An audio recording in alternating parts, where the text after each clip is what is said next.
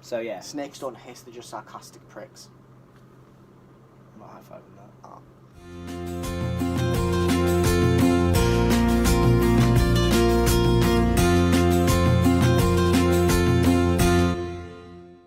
There. Okay, so basically my phone decided to like conk out or something. So yeah, we're back in it. Yeah, so we'll just go straight on to the next one Yeah. because we talked about Lightning Thief.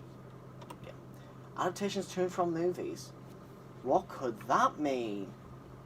I mean, it's kind of self-explanatory, but I'll explain it anyway, just so if anyone doesn't get it. Like, basically, things that have been adapted from musicals to movies. I'm gonna add another tag one, like jacking off clarifying things since 2000. Because You already added that. yeah, I know, but I'm adding it. I'm adding it again. Okay. You said what could that mean, and then expected me not to explain it. I don't have a sarcasm sign on me. Snake. So yeah. Snakes don't hiss, they're just sarcastic pricks. I'm not high-fiving that. Movies made from musicals. And musicals made from movies. So what about Mean Girls, Heathers, musicals made from movies. Musicals made from Movies made from musicals. Do we have examples? Movies made from musicals. Yeah, so like stage musicals brought to movies. So like Les Mis. Oh yeah. I can't think of any Phantom other of the like, good Opera? examples. Phantom. That's not a good example. Hairspray wasn't it? No, Hairspray Oh, was a Hairspray. film, then a musical, then a film. Yeah, so it was a. Grease went from film to stage. Was the original Hairspray film a musical? No. So that's what I'm saying. Is Yeah. it was a stage musical, then it became a film musical. Yeah, but it was a normal film first. Yeah. So yeah, what's mine? What is mine? See, I like Heathers. I Just like discussing them in general. Like it doesn't Yeah. have to be necessarily your favourite ones, but some do it really well. Les Mis. Les Mis, the film is really, really good, contrary to what people say about it. Russell Crowe was a good Javert. Fight me. Okay, he was good in Javert's Suicide. He was good in the confrontation. Yeah, but I'm just pissed that they cut out. He was good in a lot of parts of it. It was the lines that were cut that screwed him over most of the time. Mhm. Because his characterization of Javert, I personally think is better than a lot of other characterizations. His performance wasn't as good as other ones, Mhm. but I think he sacrificed that a little bit for the characterization. Yeah. Like it was, I want to say it was a deliberate thing, because a lot of, like I've heard him sing, I can't remember what it was, I think it was for something else though, and like, he can sing, it's just, he sacrificed a little bit of the range and stuff For character. And also, Hugh Jackman as Valjean is phenomenal. Fontaine. Anne Hathaway's Fontaine. Just the whole cast. Amanda cast is amazing. Seyfried. Just the, Samantha Barks as Eponine. My heart. My Even just the soul. tiniest little bits like Eponine's own, when she's like, Eponine, when Mary's like, Eponine, who wants that girl? Some bourgeois to a penny Don't thing. even. Nah, honestly, Love Eponine it. was one of my. Love it. Oh, can't even deal. Love her so much. Samantha Barks and Eddie Yeah. Redmayne. Just. Heathers, I like how they expanded the story slightly, but I'm just too in love with the dreamy 80s quality of the original film to ever think that the musical could top the film. I haven't seen the film. You need to watch it. I don't. You're not gonna like make me watch Heathers because I don't feel like I'm gonna enjoy it as much. They just play the songs Both. and you just listen to the songs as you're watching it. Yeah, but that's not gonna work, is it? It won't. Not all, really, like, because sync the and stuff. musical opens up. The musical starts before the film starts. It's been 3 weeks since I met the Heathers. Can we not talk about legal Heathers again? Not dealing with that again. It's been 3 weeks since I met the Heathers. Wait, can I start Can I over? start over? The only good thing about Illegal Heathers is Heather Chandler and that guy with the rainbow scarf and glasses. The Miss Fleming wasn't too bad. Yeah, just the audience was shite. The shh. It's iconic, and I refuse to believe anything but. Moulin Rouge. Get on all fours. Moulin Rouge is a damn good musical film, and it's gonna be a good musical on stage. The cast recording should be dropping soon, as the time of this recording. Ewan McGregor. Ewan McGregor's great. Love it. And the Love cast, like Aaron Tveit is Ewan McGregor's character in like playing him on stage. It's gonna be so the man good. himself, Andrew. What else? What else can we talk about with this? Well, there's been more chill adaptation coming at some point. I know they said that about Wicked as well. That's been in the In the making. Heights. In It's the actually Heights. in production. And is it In the Heights or West Side Story that's got Anthony Ramos in it? It's In the Heights, isn't it? In the Heights. In the Heights has Stephanie Beatrice in it as well, as in Rosa Diaz from Brooklyn Nine-Nine. Which I'm Whereas very excited about. West Side Story has Ansel Elgort. That's Elgort. Who was the other Yeah. one? There's another like really famous stage performer that's in it. I don't know. There's one thing I do want to mention as well. It's not an adaptation; it's a movie musical. But we haven't got like a slide about movie musicals and stuff.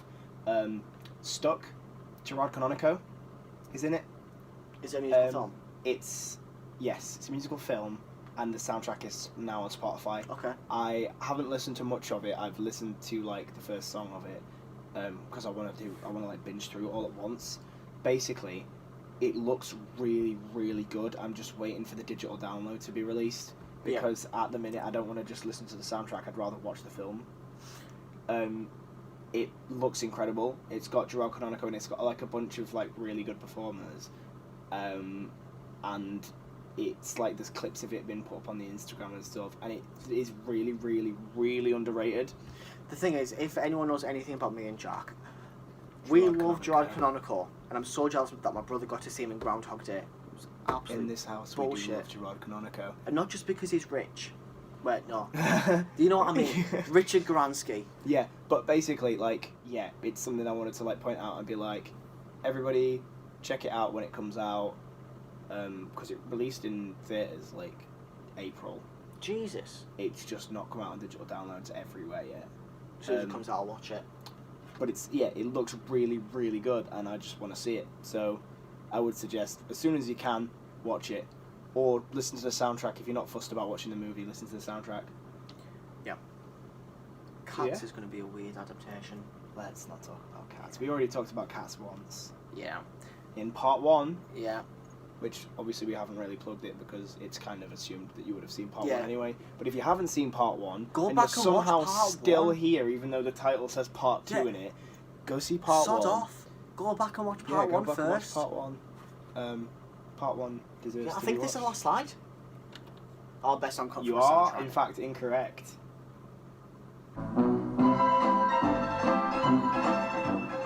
Anyway. Enthusiasm intensifies. Bamboozle. The sixth yes, bamboo- it did. That's the 6th one. There's like honestly, I feel like we should do like a behind the scenes thing of this, and it's just a bamboozled counter for me because I'm smart. I have a degree. Don't use it that often. The fact that you have to remind us about the fact you're smart probably says something. But I'm dumb as a rock, like no common sense whatsoever. You can attest to this. Yeah, I don't think I need to. I don't think I need to attest to this. I think it's been quite clearly shown. Yeah. But yeah. Best song cut from a soundtrack. Best song cut from a soundtrack. Do you want to go first? And also included in this, it's not just best song cut from a soundtrack. It also includes songs that are still on it in the stage version. Oh, okay. I know what I want to talk about. Then. I'm not sure what you're going for here because I thought I might know, but I don't. I know. Okay. Can I go first then? Yeah. Wicked Witch of the East. Oh, really? Wicked, when Nessa is able to walk again and Bock gets turned into the Tin Man. I'll do like a spoilers thing before that. Yeah. Yeah. Because it's not in the soundtrack because they said they cut it because it was too much dialogue, but it's such a good song. Like Nessa gets a chance to shine in that song, like vocally. Like the girl playing Nessa. Every time I've seen it, the belting. Okay, I've seen Wicked 3 times then. London and Sunderland twice. I've seen just it remembered. twice in London. Yeah. But yeah, speaking of songs cut for being too heavy in dialogue, The Lawrence interlude. Even though that's really true.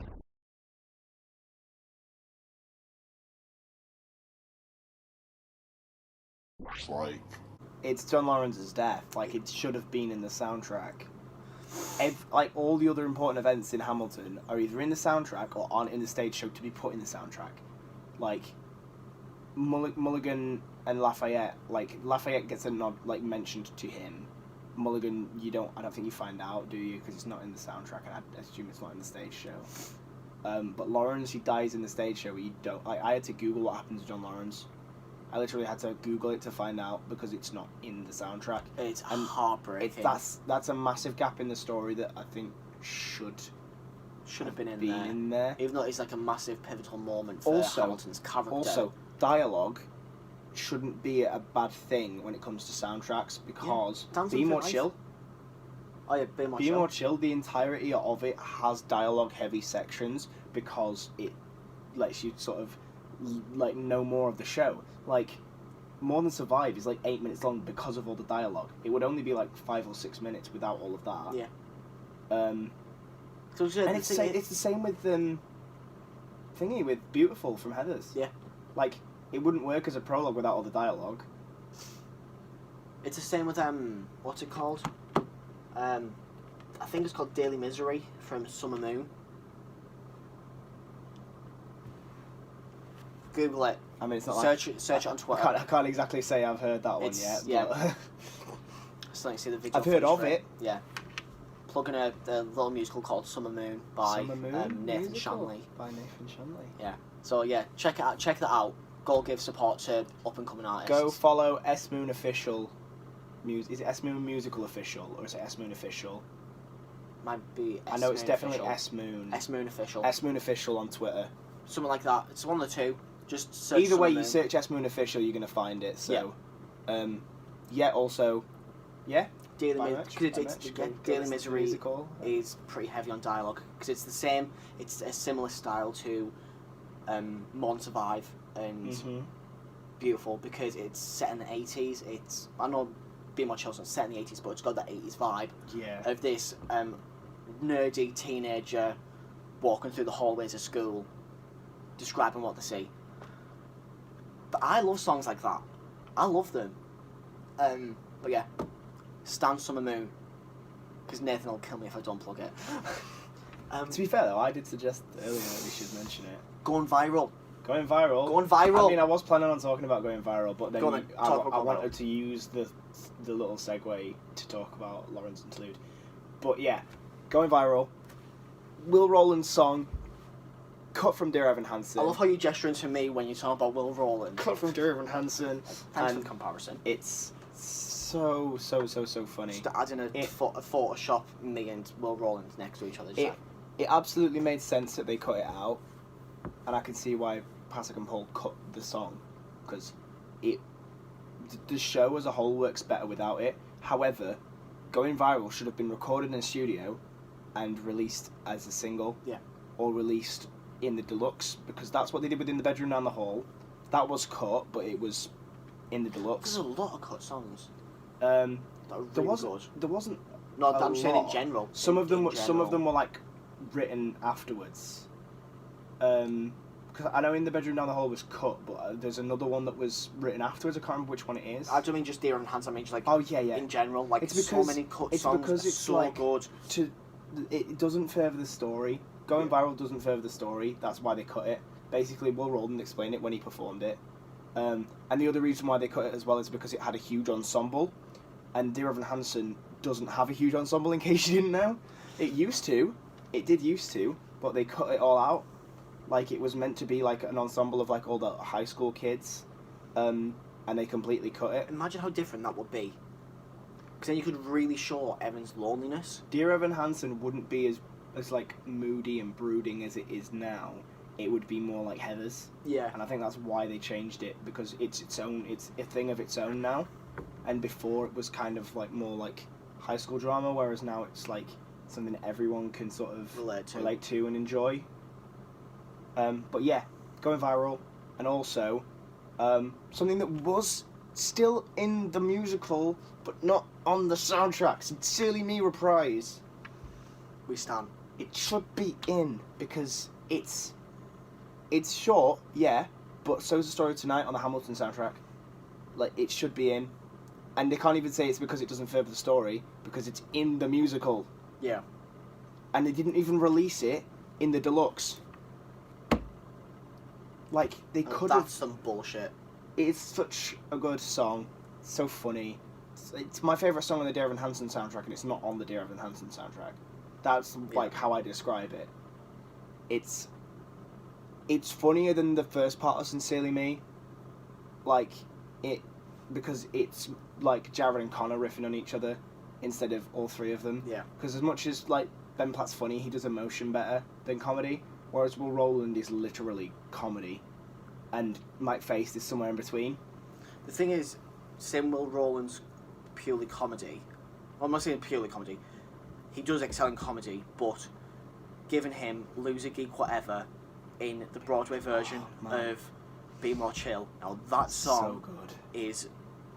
It's a powerhouse of modern musicals, and I'm not ashamed to say that it's brilliant. Oh, so good. And it gives him a chance to belt, and I the way they do the optic nerve blocking on stage, because at the end of Loser Geek Whatever, Jeremy allows the script to. He tells the script to turn his optic nerve blocking to block out Michael because he's. Michael's holding him back. Michael's holding him back from being Jeremy 2.0 or whatever.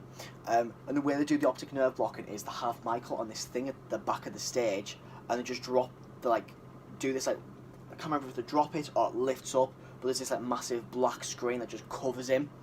Like literally blocking on, it just like swoops over. Everything blocks out. So cool. And Jeremy walks off with the squib, and that's how Act 1 ends. And it is so good. I've talked too much about Being More Chill. Sorry. One more thing, it isn't a cut song, but you mentioned Be More Chill, so I do want to say something about it. A lot of the dialogue in Be More Chill, they've picked like specific lines that obviously further the story. But there's some that you hear them from like various like clips and stuff, and you hear like people talk about these lines, and it's like, why did they not leave that one in instead of some of the other ones? Rich coming like, out. Rich coming out. Rich's line there, and then there's the whole the script song should have been The with full the, thing. with the full thing with the dialogue because Yeah. it works so much better with the dialogue. Like I understand why Are they you a didn't. 'Cause girl, it's the Jeremy? script song. Are you a girl, Jeremy? Jeremy, stalls are for girls. Are you a girl, Jeremy? I Like- suddenly don't have to pee anymore. Bye. Like, it's brilliant. So It gives Gerard Canonico and Will Rowland a chance to like bounce off have each a other. laugh and bounce off each other, because a lot of that show for Will Rowland is serious, which is odd because Will Rowland is a very comedic like style of person. I just wanted another bit of line, another line that was cut out. Is when in not Upgrade. You went about in the play when No, in Jake's part got changed. No. In Mon Survivor Pride. No, what's it called now? Sync Up. Sync Up. In Sync Up on stage, they have when Jeremy goes up and talks to Rich about the squib, and he's like, "Oh, you got one?" That bit, on stage in the version I've seen, it's the Broadway one. Jeremy Squib is telling him to like try and relate to Rich, so he can be cool, and Jeremy comes out with this thing. He's like, "Oh yeah, my dad drinks too," and I remember watching that for the first time, and I was like, "Oh shit, that's dark. That's really sad." But yeah, I love Rich Garansky. Rich lisping. Yeah, Rich He's is completely not in the soundtrack. except in Voice in My Head. Except in Voices in My Head, but that doesn't really count because it's like the last song in the musical. Sure, he says it when it's like gasoline. It might be, He says, but I'm pretty sure. And gasoline, and like I stole my older brother's Jason mask. no, he doesn't have his lisp on that line. No, on that line he doesn't have his lisp because that's before his script starts playing up, or like playing up properly. Cause it's like obviously it progressively gets worse, but and also it definitely wasn't in the original. Whether it was in the Broadway one, it might be, but I'd have to re-listen to it Yeah. to be able to say anything. But yeah, like there's a lot of little details that, especially in the stage version, are different, Mhm. and I like that they've kept it different, so people would still want to go see it. Like otherwise, you'd have no reason to if they put all the dialogue in as well. We're probably going to go in a minute. But yeah, like Be More it's Chill. good. Be More Chill's good. A lot of stuff to cut from it that I would have preferred they kept in, like even if it meant sacrificing other stuff. Yeah. Like I would have rather have, like Brooke and Jeremy's dialogue cut down a little bit, Chloe and Jeremy's dialogue cut down a little bit, so that we could have, like more lines with Michael and Jeremy, and more lines with Rich and Jeremy, and more And lines Michael, with Jeremy and his dad. Yeah. Jeremy and his dad. Jeremy and his dad, because they get like a bit of dialogue, but they cut out. They change. I think the thing as well is it feels like they've cut more out because they've added more stuff while taking away stuff from the original. Yeah. But But we still love it. it's still good, Still good. and it doesn't make it any worse. If anything, it makes it better because you get to hear. If you listen to both versions, then you get more content. Yeah. Overall. But yeah, that's it. Is that it? Yeah. And the slideshow. I do want to say one final thought. Because we didn't have a slide for it. Best line from a musical, including dialogue. Les Mis. I Dreamed a Dream. I can't remember what line I was going to say. I had a dream my life would be so different from this, how I'm living. Yeah. When things were tough a few months ago. Yeah. That was like, it really resonated with me. Probably just any of Rich's lines in Be More Chill, because you know which line I mean. Jeremy's line in Lose Geek Whatever, where it's the I'm trying to think which line it was, because there's one line that always hits me like. Will I be able to pretend? No, not that bit. It's the if Brooke can look me in the eye like I'm some normal handsome guy, I owe it to myself to try. And it's almost like it kind of shows you the further he goes, he places more value in other people. Yeah. And it's kind of like, don't put all your value in what other people think of you. Yeah. And it's so that like, yes. oh Yes. But yeah, that's it. Part 2's done. We made up. We're still sort we're never of even best mad at friends. each other. True. But yeah, thanks for watching. Be sure to like, subscribe, comment down below, and yeah. Ryan, do you want to say your iconic line? See ya!